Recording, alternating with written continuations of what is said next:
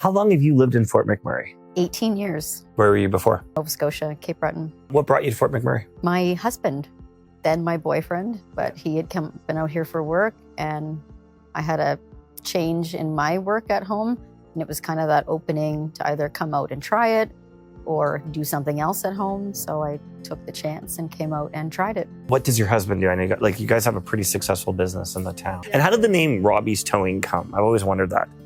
Robbie is Kyle's father. Okay. So he started the business many years ago, all throughout Kyle's childhood. He was working that trucking business back home in Nova Scotia. Kyle, from a young age, was very active, helping, always at the shop, working, even on a truck in high school. When we came out here, he was initially working for other companies and then sort of saw the need.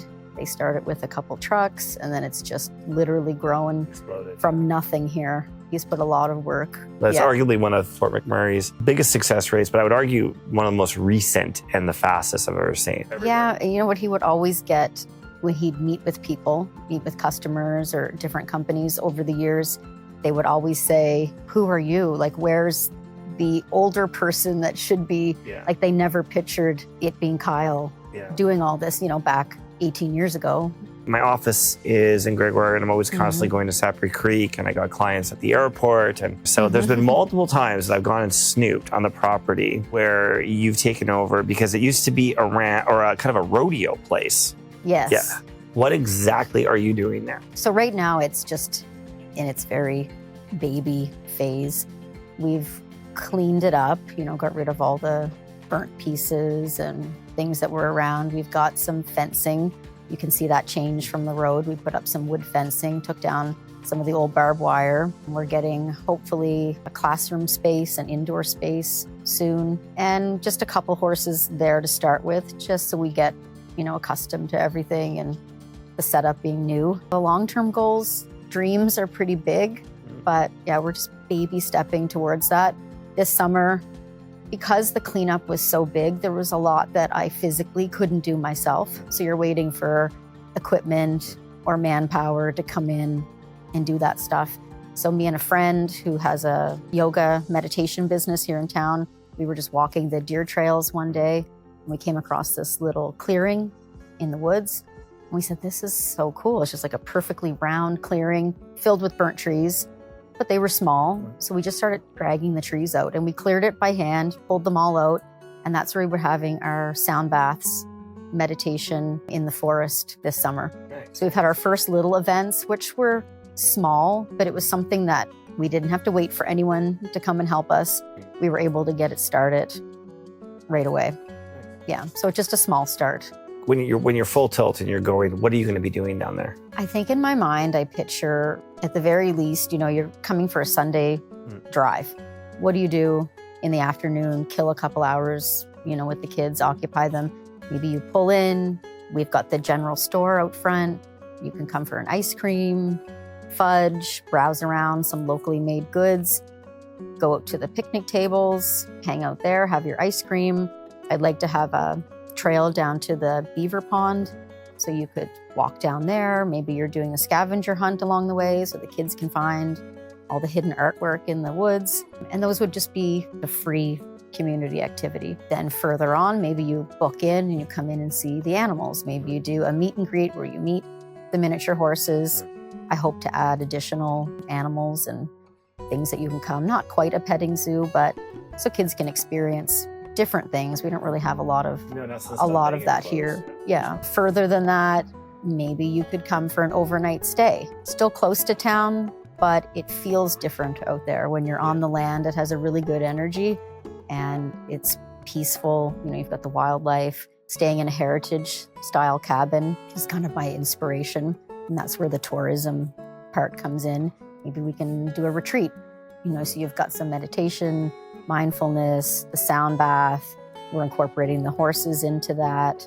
Maybe you want to do a ride. Maybe you're looking for a dark sky viewing and you want to see the northern lights incorporated into that. Or maybe a farm stay where you bring your kids out, you stay the night, help with the horses, do that whole thing the next day. So lots of dreams about what we want to do. Yeah. If I want to go for a horseback ride, is that going to be something that you offer eventually? Eventually. Like, it's been The hard part here has been not having the space to have the horses.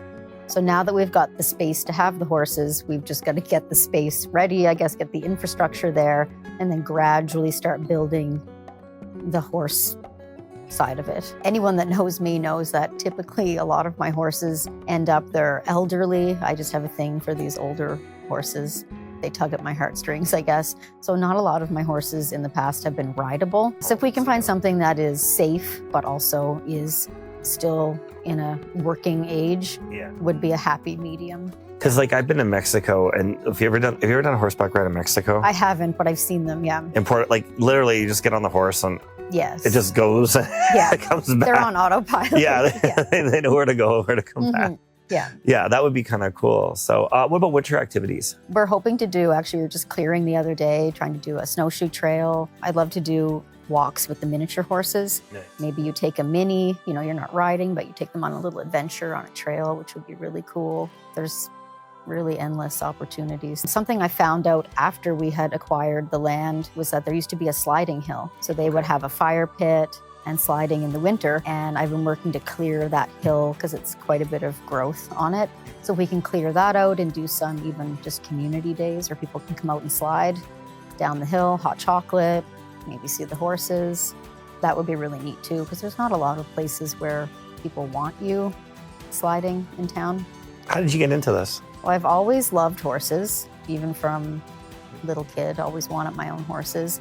And when we moved out here, we brought my one horse with me because I couldn't imagine coming out here and not having access to the horses. But it's hard up here. You're Tower Road. If you don't live in Saprae or if you're not at the horse club, there's not many options. And back then, 2007, things were really busy here in town.